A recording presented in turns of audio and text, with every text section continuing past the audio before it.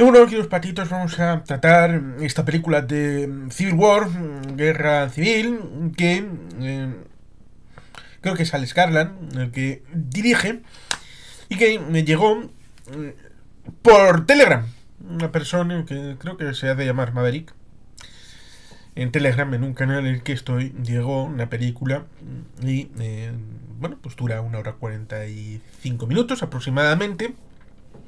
Y hay gente que trata de utilizarla para explicar lo que en el tráiler, muy mentirosillo, muy mal utilizado, porque hay películas que se venden mal y cuando llega la situación de visionado hay una frustración respecto de lo que propone el director y lo que propone el guionista de lo que la película en sí quiere transmitir. Esta película se vendió. ¿Podría suceder una guerra civil en Estados Unidos? Bueno, por poder sí. Y en Nepal, y en Suiza, y en Botsuana, y en Bolivia. Claro que puede. Depende de los ingredientes.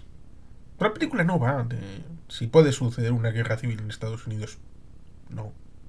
Es un trasfondo en el que se ponen frescos de historias que han pasado en el siglo XX que son muy conocidas para el público estadounidense y repuestas como el fresco estadounidense, en donde la historia, ya desde el primer momento, nos dicen cómo se cuenta la historia. ¿Cómo se transmite? ¿Qué es noticia y qué no es noticia? En primer término, hay un galón de agua, un bidón grandote llamado camión, y queremos agua. Hay un grupito de gente, muy pequeño. Estamos en la ciudad de Nueva York. Son muchos millones de personas. Son muy pocos en número. ¿Una noticia? ¿Cómo se cubre eso y no otra cosa? Hemos visto una explosión en lo lejos. Eso puede ser más peligroso. Claro, ahí está el tema del periodismo. ¿Cómo se cuentan las cosas? ¿Quién lo cuenta? ¿De qué manera? Pero antes, previamente, el asunto de la venta de la película.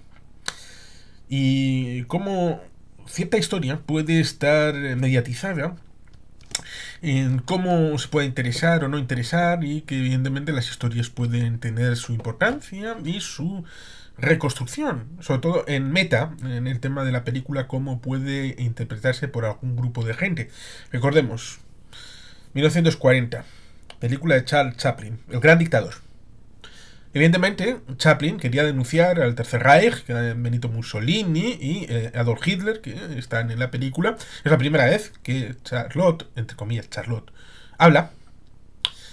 Y luego vemos el giro de tuerca a través de Iron Sky, en donde en la luna les exponen una versión de 12 minutos, quiero recordar, de la película, con los trozos que son favorables al Führer.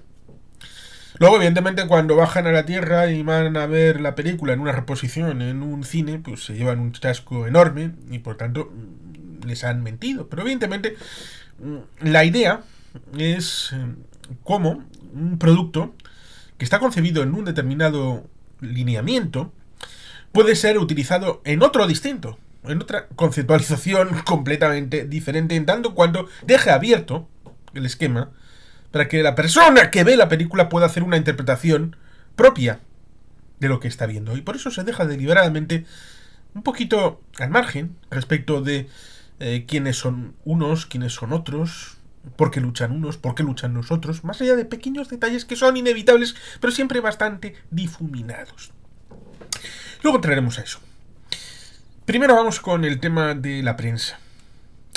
Dicen casos respecto de Ceausescu, 1989, en diciembre, pone Benito Mussolini colgado con Clara Petacci en Milán, en abril de 1945.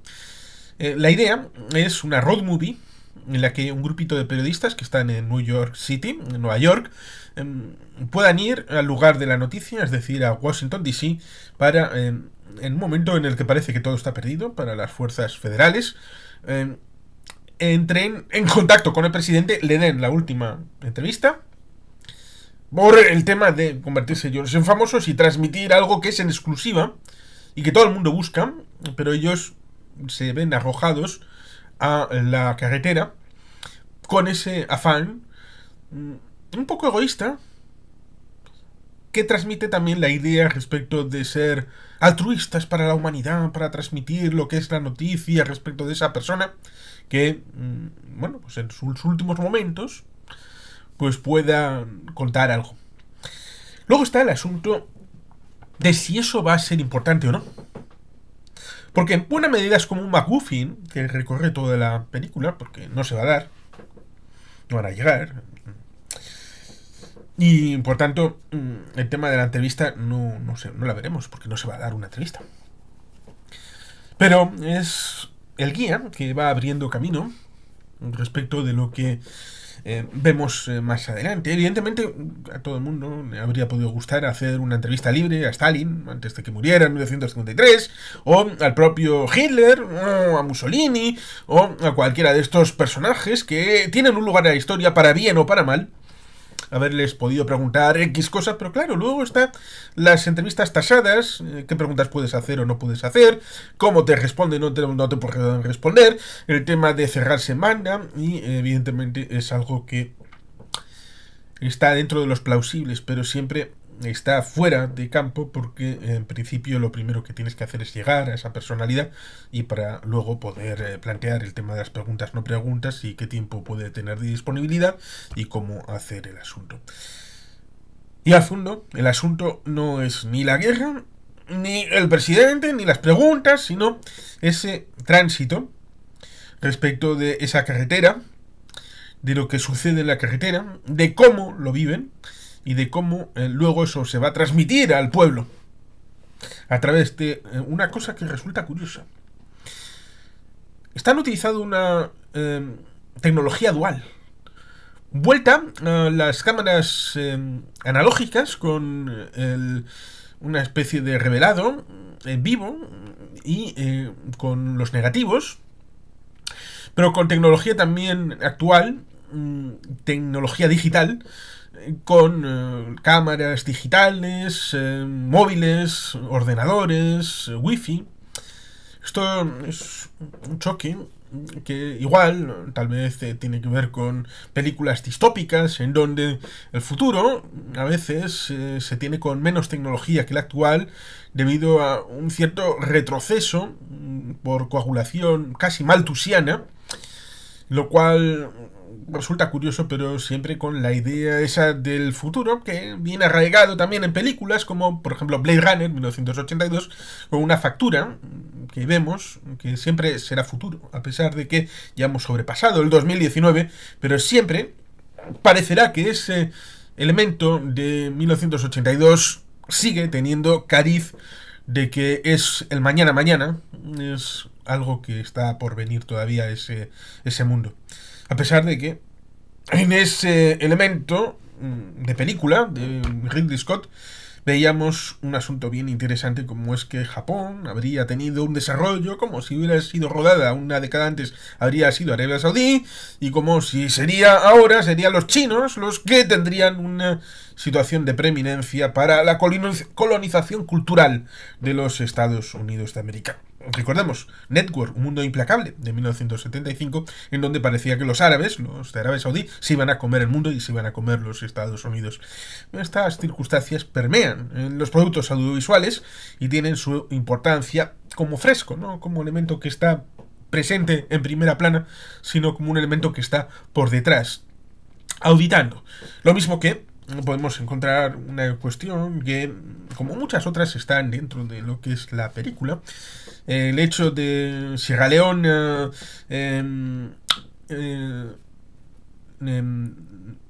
Libreville y Liberia, Monrovia, capital Monrovia, sobre todo Liberia, capital Monrovia, establecida en los años 30 del siglo XIX, con encaje en la situación de los Estados Unidos y la esclavitud.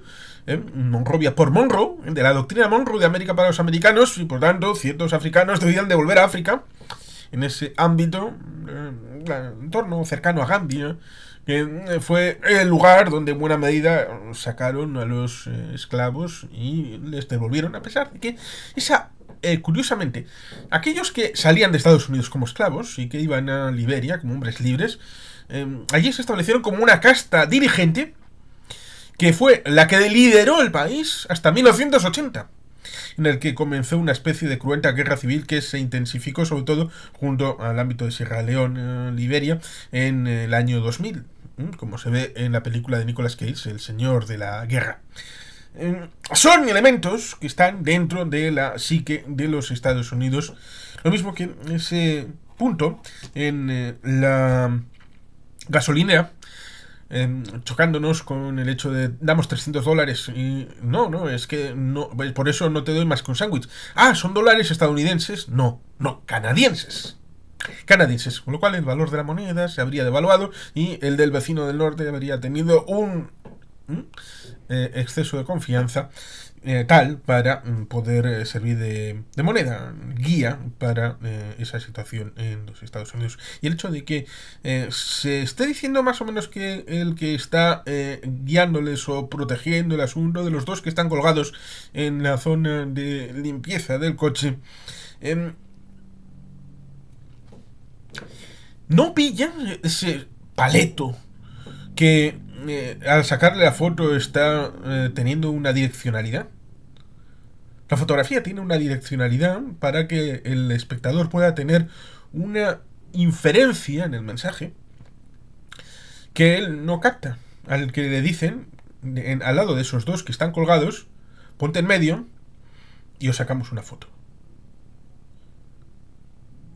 Y si la guerra está a punto de terminar y no ha tenido ningún tipo de relación con ningún elemento conflictivo, le han sacado la foto. Y ese será el punto de que si luego hay una comisión de investigación de los crímenes de guerra, esa foto le estará inculpando. Por tanto, no es una observación imparcial, es una observación participante.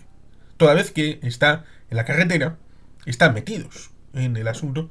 Y hay otros, como Missouri, como en ese pueblecito con la tienda de modas, que tratan de evadirse, de no estar ni con unos ni con otros, y tener una situación más imparcial. Se puede ser imparcial, se puede ser alguien objetivo, o simplemente demuestras tus sesgos de manera evidente y a partir de ahí haces tu trabajo. Porque cuando luego nos encontramos con otras situaciones, como por ejemplo cuando están dos francotiradores, bueno, el vigía, el mirador y el que dispara, con el otro que está, el sniper que está en la casa, en ese lugar que parece como es navideño, bueno, cosas que a los estadounidenses les puede entrar dentro de su psicología cultural. Esa pregunta respecto de dónde eres, de dónde no eres, y luego profundizada con el otro, con el que le pillan con el carrito del helado, que aunque parezca, no tiene por qué ser una situación respecto de... A ver, porque hay un camión que está tirando cadáveres. Ahí inferimos o pensamos que son esos, esa persona o esos que están ahí, los que los han matado en el pueblo. Pero claro, puede haber habido una batalla y ellos estar simplemente deshaciéndose de los cadáveres para poder seguir el combate. Pueden haber miles de explicaciones, muchas. Pero la película nos está infiriendo en una en concreto. Y por el otro lado, cuando pregunta ¿de dónde sois?, está retrotrayéndose a un elemento que ha sido importante en Estados Unidos, como son los estadounidenses con guión, italoamericanos, escocés americano, irlandés americano, que evidentemente lleva al hecho de tener una resultada curiosa respecto de ese momento en el que los Estados Unidos se han convertido en aislacionistas y contrarios a las migraciones, toda vez que prácticamente todos los estadounidenses en cierto grado y en cierto nivel de parentesco tienen migrantes de fuera, no ya de Estados Unidos, de Norteamérica y de América en conjunto. Por tanto, salvo muy pocos que tengan que ver con una relación con los nativos americanos y con una situación bastante excepcional, a América han ido prácticamente todos los ciudadanos de Estados Unidos. Por tanto, ¿en qué nivel de arbitrariedad le pones el límite de llegada 4 generaciones, 3 generaciones, una generación, 20 años, 10 minutos. Es importante saber el idioma cuando oficialmente no hay un idioma oficial. Ser de Colorado o de Missouri es ser más estadounidense que uno de Florida. Alguien que llega de Hong Kong hace que sea menos estadounidense que Donald Trump, que llegó su parentesco desde Alemania de manera absolutamente ilegal, cuando le estaban buscando para ir al servicio militar en Alemania, a su parentesco por ascendencia. Denunciar, como hace Donald Trump, para algunos migrantes, sobre todo en la frontera sur, olvidando que la frontera más segura de Norteamérica es la que tiene México con Guatemala, hasta el punto de que la normativa que trató el señor Arpaio como sheriff de implementar después de que el estado de Arizona en 2010 estableciera la política respecto de la migración, copiando la ley que tenía México en ese momento, plagiando la ley que tenía México en ese momento, teniendo más alemanes que guatemaltecos en el territorio del estado mexicano. Resulta alucinante que toda esta gente, por ejemplo, el señor Trump, denunciara una fórmula de legalización de inmigrantes que luego a los padres de Melania la utilizó sin ningún problema. Claro, depende de quién y no el qué. Problema. Estados Unidos se funda en la libertad, en la democracia, en la estabilidad, en el Estado de Derecho, en la primacía de la ley, en la situación del imperio de la ley.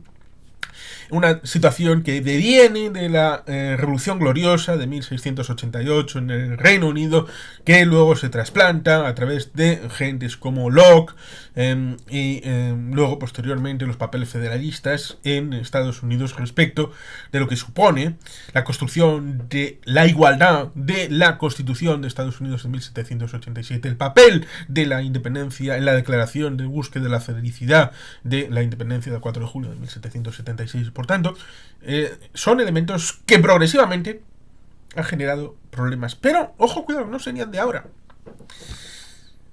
Serían algo que deviene de situaciones previas. Y ahí vemos la película como aquella de Robert Redford, de la conspiración, de Mary Surratt, que, bueno, tenemos esa película que es sobre el juicio, película dirigida por Robert Redford, en donde establecen pequeñas historias, como esa historia respecto de el mockumentary de Confederate States of America, de donde habría ido Lincoln a Canadá de haber perdido la guerra. Aquí dicen, el presidente quiere ir a Alaska o a Islandia. Dos lugares curiosos, porque Alaska es formalmente parte del territorio de los Estados Unidos vendido, después de que Liechtenstein dijera que no quería comprarlo, y lo compraron Estados Unidos a aquel príncipe ruso en el mediados del siglo XIX.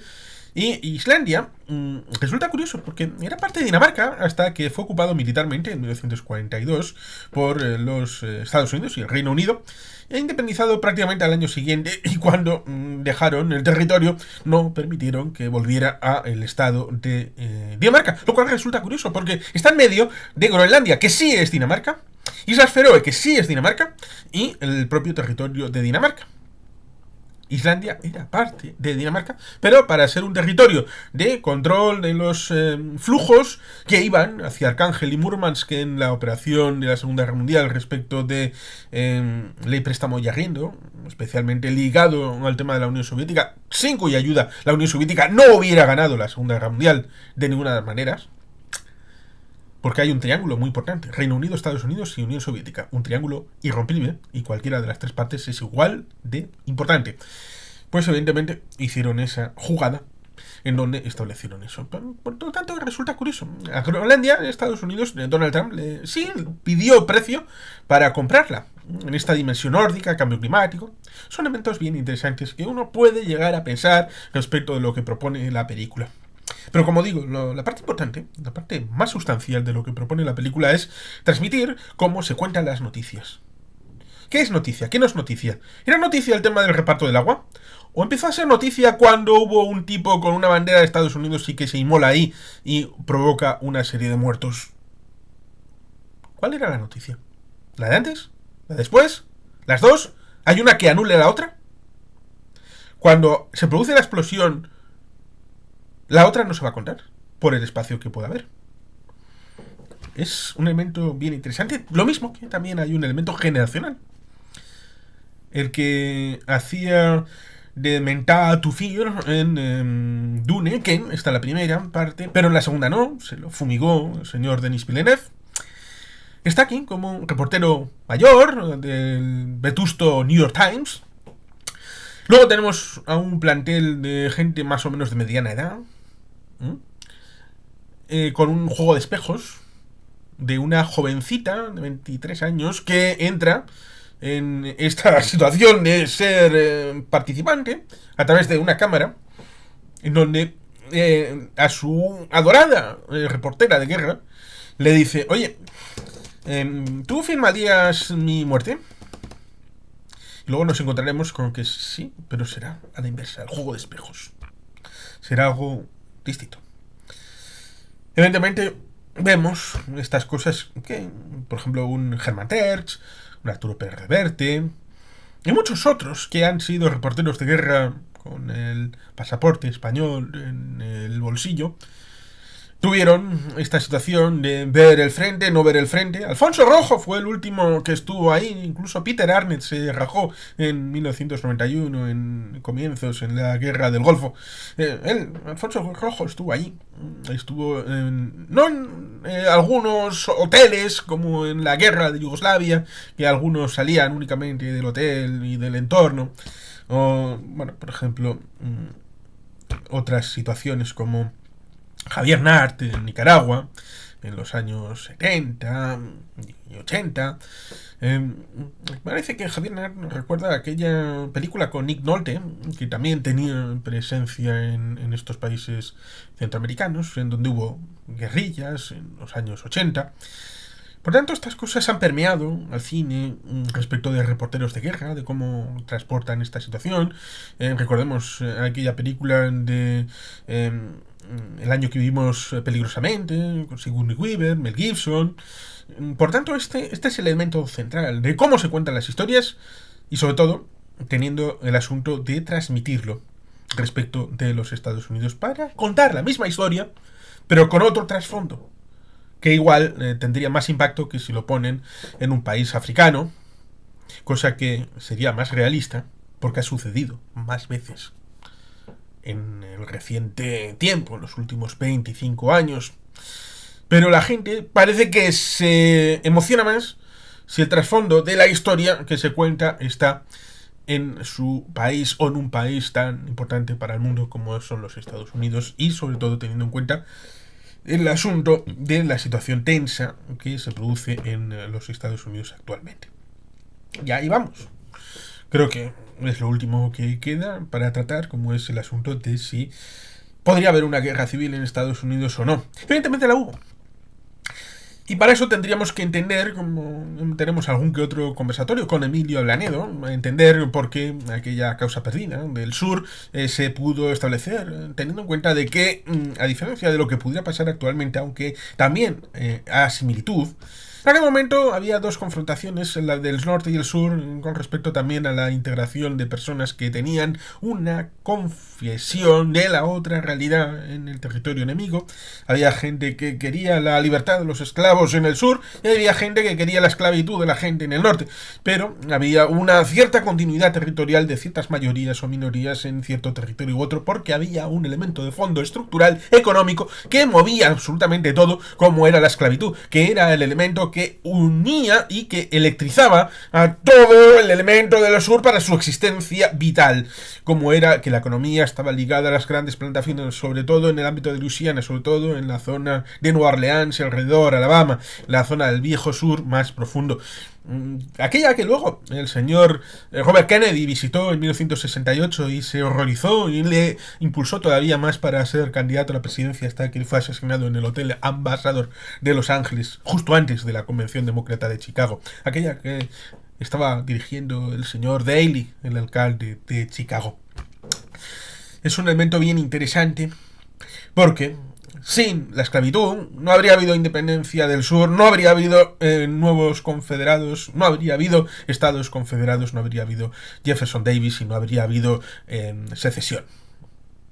Ni no habría habido todo lo que había anteriormente, el acuerdo de Missouri de 1950, toda la dificultad respecto de los papeles federalistas y la construcción de la realidad de los Estados Unidos con aquella sentencia de comienzos de siglo XIX, aquella de 1804, quiero recordar que fue importante para el tema del poder de los estados o del poder federal, porque eran unos límites difusos, pero que estaban instrumentalizados en base a esta situación de los esclavos y de la esclavitud, debido a que había un compromiso que tenía en el trasfondo el hecho de la votación en el Senado, porque los estados tenían 2 representantes al Senado y evidentemente eso importaba para el equilibrio de fuerzas en el Senado de estados esclavistas o estados libres, y luego la situación respecto de cuando se fueran incorporando, a ver si se incorporaban como estados esclavistas, no esclavistas, el acuerdo de Missouri para la estabilización, de que cada estado esclavista que se incorporara podía permitir, y al reverso, un estado libre para incorporarse, y el asunto de California,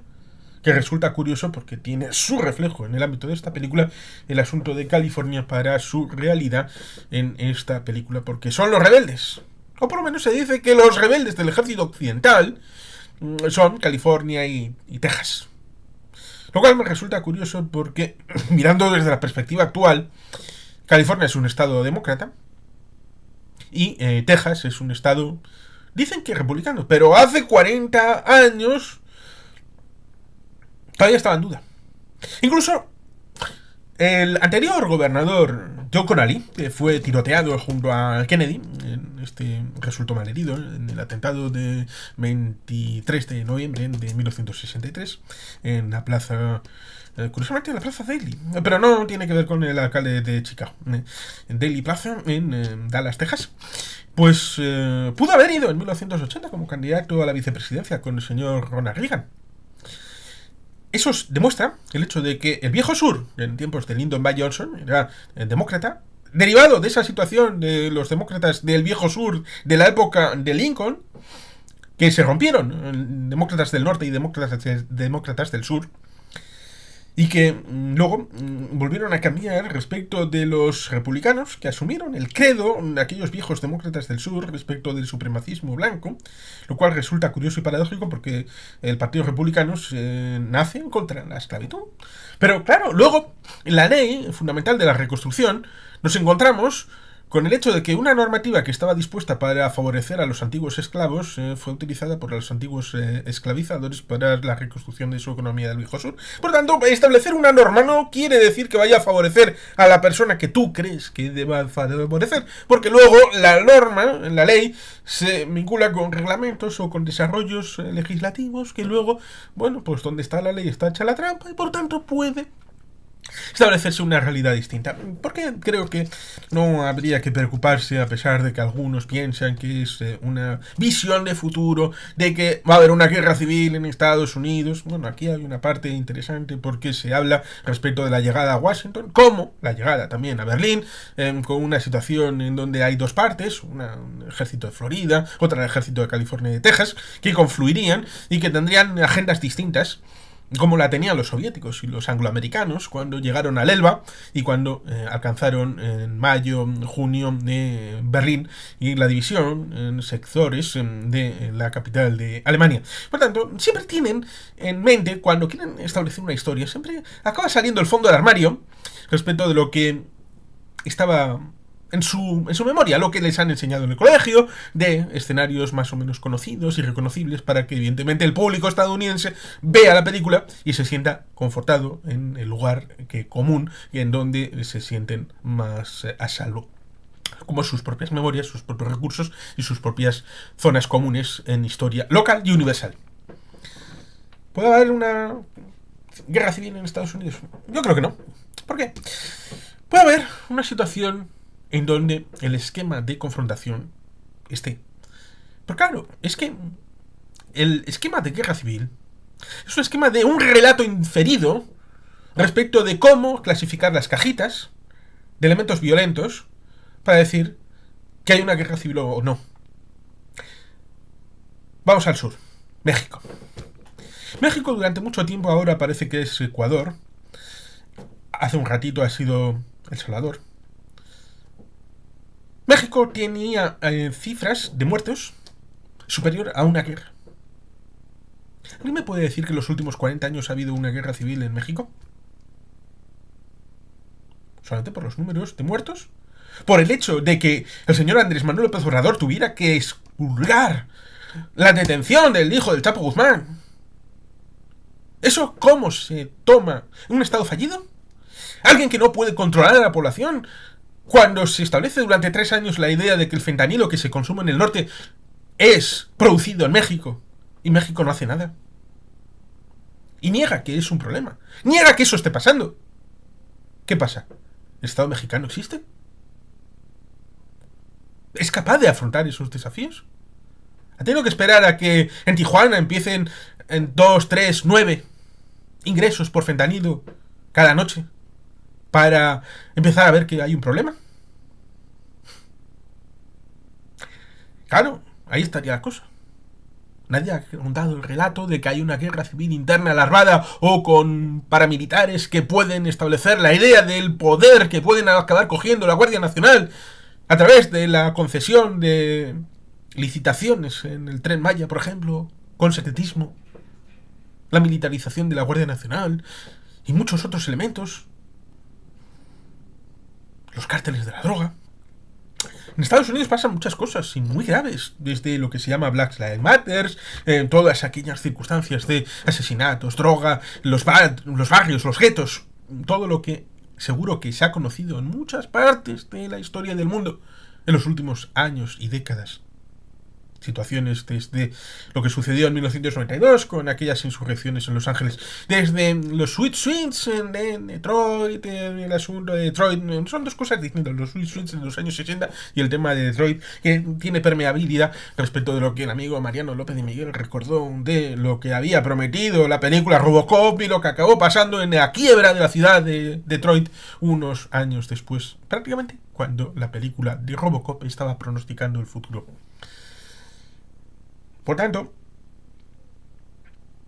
no tiene por qué declararse una guerra civil para que haya problemas ligados a un relato que podría establecerse como una guerra civil. Sobre todo cuando... Y se dan unos pocos datos, muy pocos, pero suficientes, para entender que puede haber problemas, pero siempre vidriosos. La disolución del FBI por parte del presidente. La situación del FBI respecto de lo que pasó con Donald Trump. Bueno, eso sería otra cosa distinta. ¿O no? El asunto de la insurrección del día 6 de enero de 2021 podría tener que ver o no. El asunto del tercer mandato. Recordemos, esto le ha pasado fundamentalmente a presidentes demócratas, sin olvidar el hecho del cuarto mandato para el señor Roosevelt. Pero luego se estableció la enmienda correspondiente constitucional para limitar el mandato a que podían terminar el mandato previo siempre que hubiera sido la segunda mitad. Esto no le pasa a Harry S. Truman, que tiene 3 años del mandato de Roosevelt, porque Roosevelt fallece prácticamente a los 6 meses de haber entrado en funciones, quizá un poquito menos incluso, por lo cual tiene prácticamente todo el mandato. Y luego se presenta a la reelección en el 48 y gana frente a Dewey, como todo el mundo sabe, o debería de saber. Y tenemos el caso de Lyndon B. Johnson. Lyndon estuvo 1 año del mandato de Kennedy. Se presenta en el 64 contra Barry Goldwater y gana, y podía haberse presentado en el 68. Por poder sí, pero luego fallecerá en 1973, con lo cual habría terminado bastante mal de salud o igual habría muerto en el despacho oval. Con lo cual eso también, el tema de la salud, importa para el tema de continuar o no. Además que influyeron otros elementos cuando salió aquella imagen de que no buscaría la nominación de su partido y luego tuvimos el asesinato de Robert Kennedy y Eugene McCarthy como candidato, que luego fue Hubert Humphrey el que acabó siendo el que había sido vicepresidente con Lyndon Johnson. Por tanto, las cosas pueden tener un desarrollo bastante curioso y por tanto ese hipotético tercer mandato de este presidente puede ser incluso constitucional, aunque se da la puerta para establecer la idea de que es una persona que ha saltado la ley y que en ciertos elementos territoriales hay una mayoría contraria a ese presidente que han tomado las armas, teniendo en cuenta que las guardias nacionales tienen unas fuerzas importantes. Vean la Guardia Nacional de Texas, vean la Guardia Nacional de California, qué elementos tienen de tierra, de mar y de aire, y por tanto, ¿podría ser plausible? Sí, pero claro, para eso la disrupción, la insurrección, la situación de conflictividad debería de ser territorializada y con una masa compacta en un determinado ámbito en un lado y una masa compacta en el otro lado.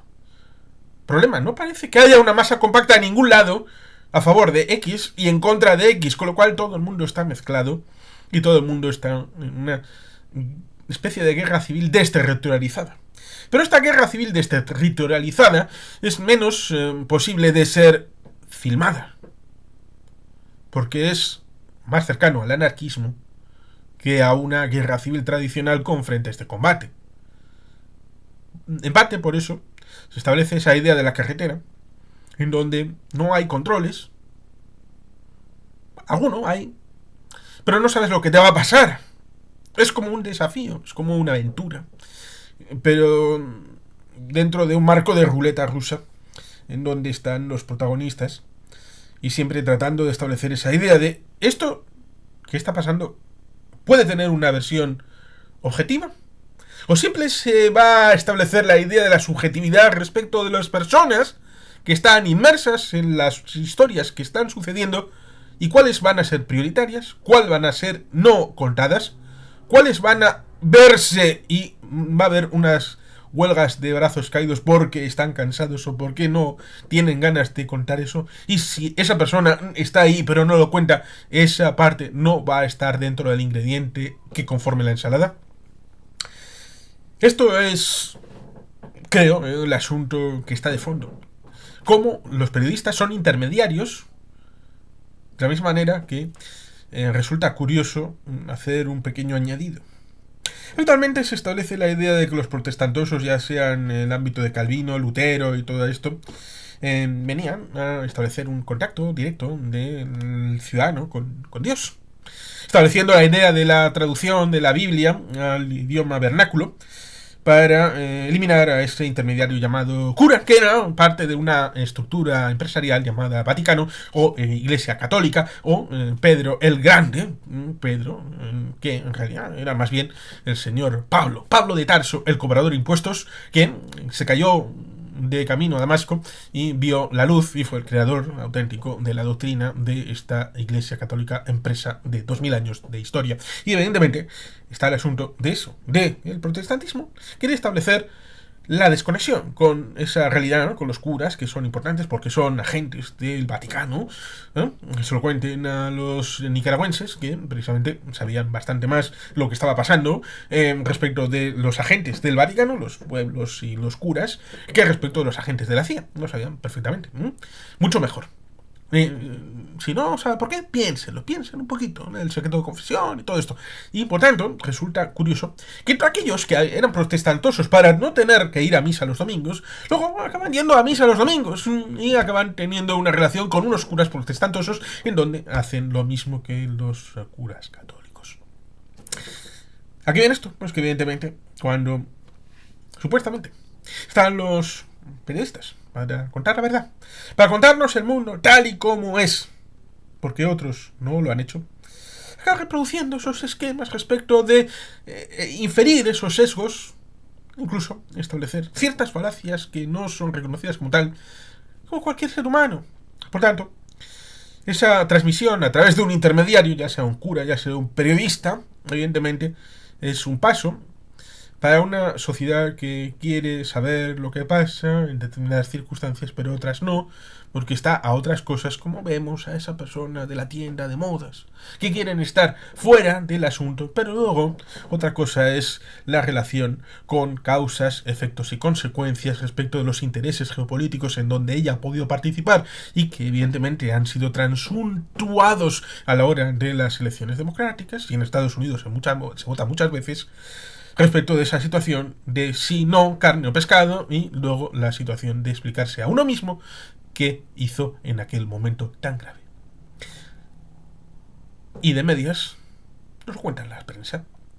Creo que esto es más o menos lo que viene a significar la película que estamos comentando.